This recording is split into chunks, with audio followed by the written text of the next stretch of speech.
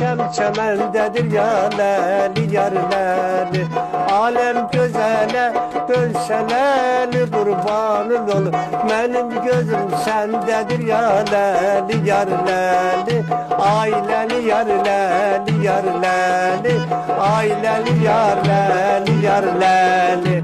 Aileli yar leli yar leli. Aileli yar leli yar leli.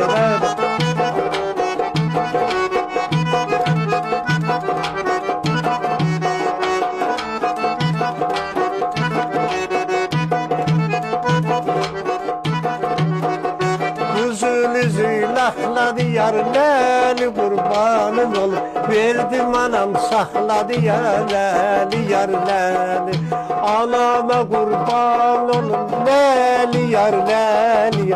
Beni teza dahladı yar leli yar leli. Aileli yar leli yar leli. Aileli yar leli yar leli. Aileli yar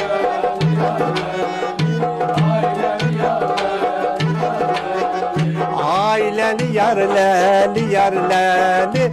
Aileli yar leli yar leli. Aileli yar leli yar leli. Aileli yar leli yar leli.